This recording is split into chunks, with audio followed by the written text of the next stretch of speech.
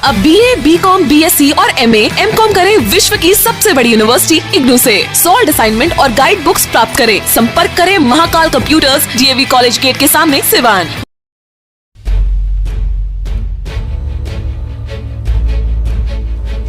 Thyroid, sugar और मोटापे से हैं परेशान तो मेट्रो हॉस्पिटल सिवान है एक बेहतर समाधान। डॉक्टर MS अहमद अंतर्राष्ट्रीय कुशलताओं के साथ दे रहे हैं सेवाएं। संपर्क करें centre point, Chakia Bindusar road, Siwan.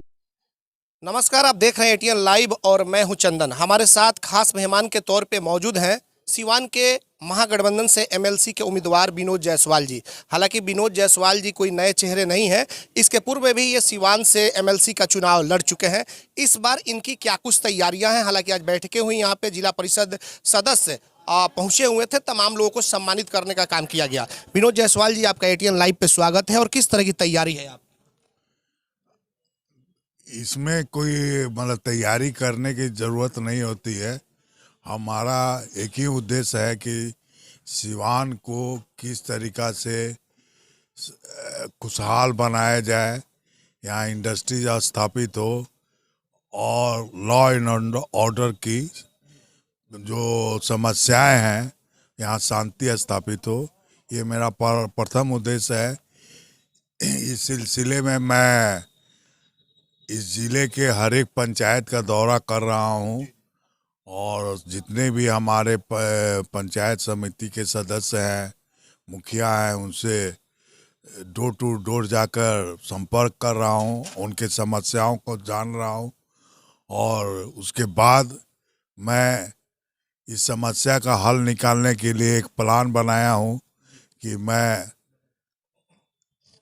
जो हर एक पंचायत स्तर पर जो जिससे आम नागरिक को काफ़ी परेशानी है, उसमें विकास फंड का जो फंड रहता है वो, प्लस अगर ज़रूरत पड़े तो अपना फंड डालकर पहले तो हर एक पंचायत में आम नागरिक को वो सुविधा दे सके जिससे कि उनकी परेशानी कम हो जाए। जायसवाल जी, इसके पहले भी आप चुनाव लड़ चुके हैं। सिवान कोई नया नहीं है आपके लिए, तो पिछले बार कुछ कमियां हो गई थी, कैसे इस बार पूरा करेंगे? नहीं, पिछले बार हम लोग जनसंपर्क नहीं किए थे।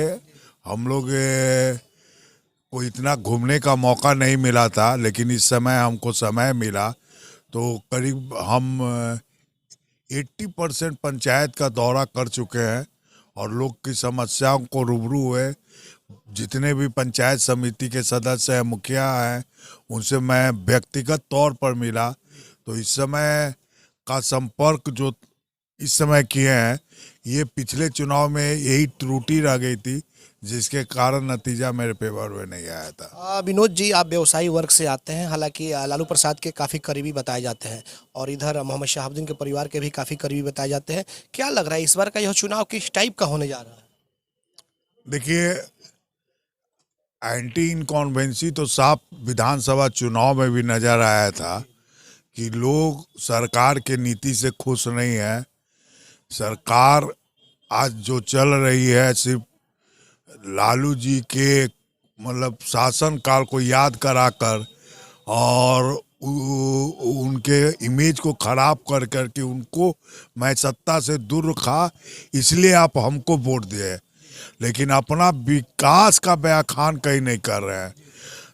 मुझे देखने में आया कि यहाँ उद्योग लगा ही नहीं है जिसमें बिहार गर्व कर सके कि हाँ, यहाँ बिहार में औद्योगिकरण हो रही है। काहे कि जिस ढंग से बेरोजगारी की समस्या है, ये हम नहीं बोल रहे हैं, नीति आयोग का रिपोर्ट है कि बिहार इंडिया में सबसे पिछड़ा है, जिसमें सब कोई ये क्या अपने 17 साल 18 साल के शासन काल में इन्होंने क्या किया? सिर्फ लालू जी का खौफ दिखलाया है, इसके अलावा अपना क्या किए कि नीति आयोग का रिपोर्ट अभी भी नीचे का नीचे है। तो ये अगर उनके शासन काल में कुछ गलती हुई है तो तेजस्वी जी ने भरे मंच पर अपनी माफ़ी मांगे कि अच्छा ठीक है, अगर कुछ गलती हो तो माफ़ किया जाए। जबकि गलती नहीं थी, ये कहीं ना कहीं एक प्लान के तहत इनका इमेज को ख़राब किया गया। जबकि मैं बैकवर्ड क्लास से आता हूँ और जितने भी पंचायत गांव का दौरा किया, मतलब ये बात सही है कि बैकवर्ड को आवाज दिए तो लालू यादव ने उनको एक रास्ता दिखाई, जो कि आज ये लोग अपना हक की लड़ाई और सीना तान के कहीं बैठते हैं। ये बात एकदम धरातल पर हमको सही सही भी जगह देखने को मिल रही है। ये उनका ग्रेट अचीवमेंट था। हाँ ठीक है, कुछ गलतियां हुई होगी तो उसका सार्वजनिक मन से माफी मांगा गया है। हर एक आदमी को तो खुश नहीं किया जा सकता है, लेकिन अधिकांश जनता खुश थी, ये मैं देखा। और अभी के सरकार का नाखुशी सब जगह नजर आ रहा है। मतलब सरकार बेरोजगारी के मामले में तो एकदम फेलियर साबित हो गई है। चुनावी मंच पर इन्होंने वादा भी किया, लेकिन वैकेंसी कहीं नहीं निकाली जा रही है। और बेरोजगारी दर, अभी फिर मैं 2 दिन पहले रिपोर्ट देख रहा था कि इंडिया में सबसे ज्यादा बेरोजगारी दर बिहार में है। इसका कोई रास्ता नहीं निकलेगा। मैं जानता हूं कि जब तक औद्योगिकरण को सही दिशा नहीं दिया जाए, उनके विश्वास को अपने लेकर उनका आशीर्वाद मांगना पड़ेगा। ये नहीं कि मतलब उनको तंग किया जाए। मैं एक उदाहरण देता हूं कि एक एल्बेस्टस फैक्ट्री का नालंदा में फैक्ट्री चल रही थी, तो किन्हों ने शिकायत किया कि यहाँ से डस्ट काफ़ी उड़ रहा है। तो काफ़ी उड़ रहा है तो उन्होंने आदेश दे दिया कि इसको बंद कर दिया जाए। और वो पार्टी जब हाई कोर्ट में रीट किया कि हमारे पास पॉल्यूशन सर्टिफिकेट है, ये सर्टिफिकेट है, मैं सारा नियमों का पालन कर रहा हूँ, फिर क्यों बंद किया गया। और उसने उदाहरण दे दिया कि 3 और फैक्ट्रियां चल रही हैं, तो वहाँ क्यों नहीं ये प्रभावित हो रहा है। उसका नतीजा हुआ कि जो चल रहा था 3 यूनिट वो भी बंद हो गया।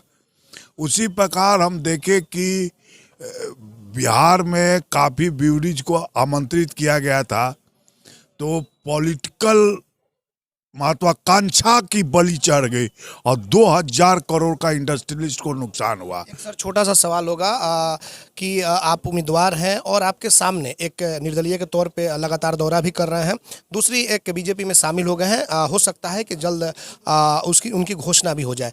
मजबूत कैंडिडेट बताए जा रहे हैं, क्या लग रहा है किस तरीके से इस बार प्लानिंग और किस तरीके से उन लोगों को आप निपटने का काम करेंगे? देखिए, लोकतंत्र में सबको चुनाव लड़ने की मतलब अधिकार है, और मैं तो सघन दौरा कर रहा हूँ।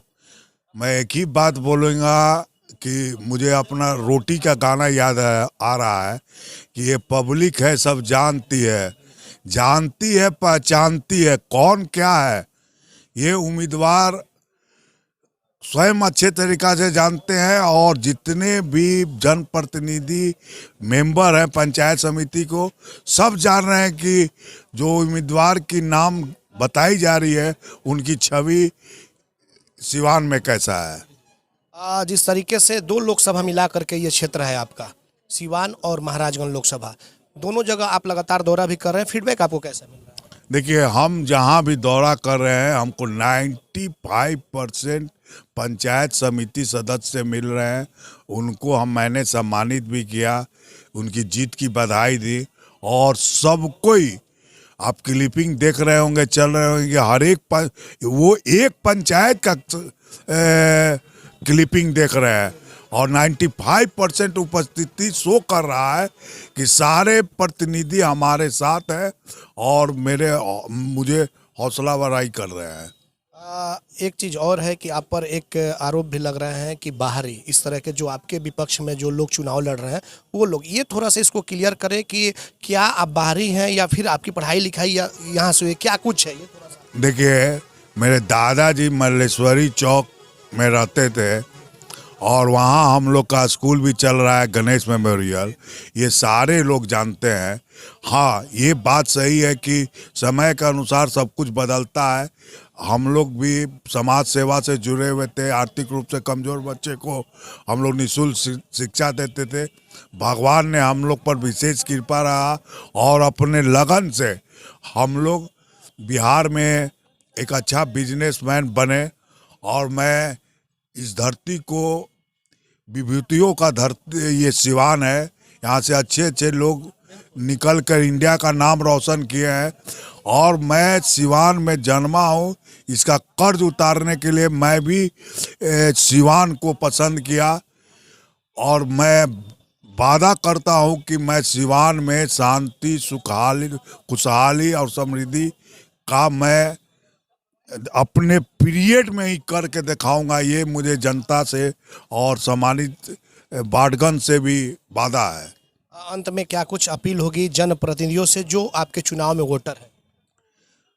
जनप्रतिनिधि को मैं यही कहना चाहता हूँ कि मैं आपके प्रतिष्ठा पर आँच नहीं आने दूंगा। आप निश्चिंत रहें और मैं 5 साल के दरमियान ही यहाँ शांति खुशहाली बहाल करूँगा। ये मेरा वादा है।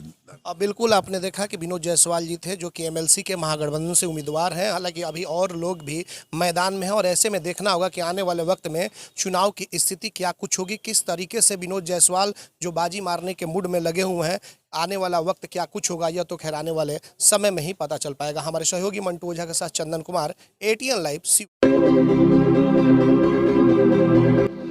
बड़े बड़े महानगरों के तर्ज पर अब आपके शहर सिवान में उबर ओला से बेहतर सुविधा देने के लिए आ गया online cab booking go baby go. अभी अपने मोबाइल हैंडसेट में go baby go application download करें और सस्ते दरों पर कार, ई रिक्शा, ऑटो या बाइक जहां चाहें वहीं मंगवाएं। अब सफ़र होगा आसान गो बेबी गो के साथ। कॉन्टेक्ट करें 991125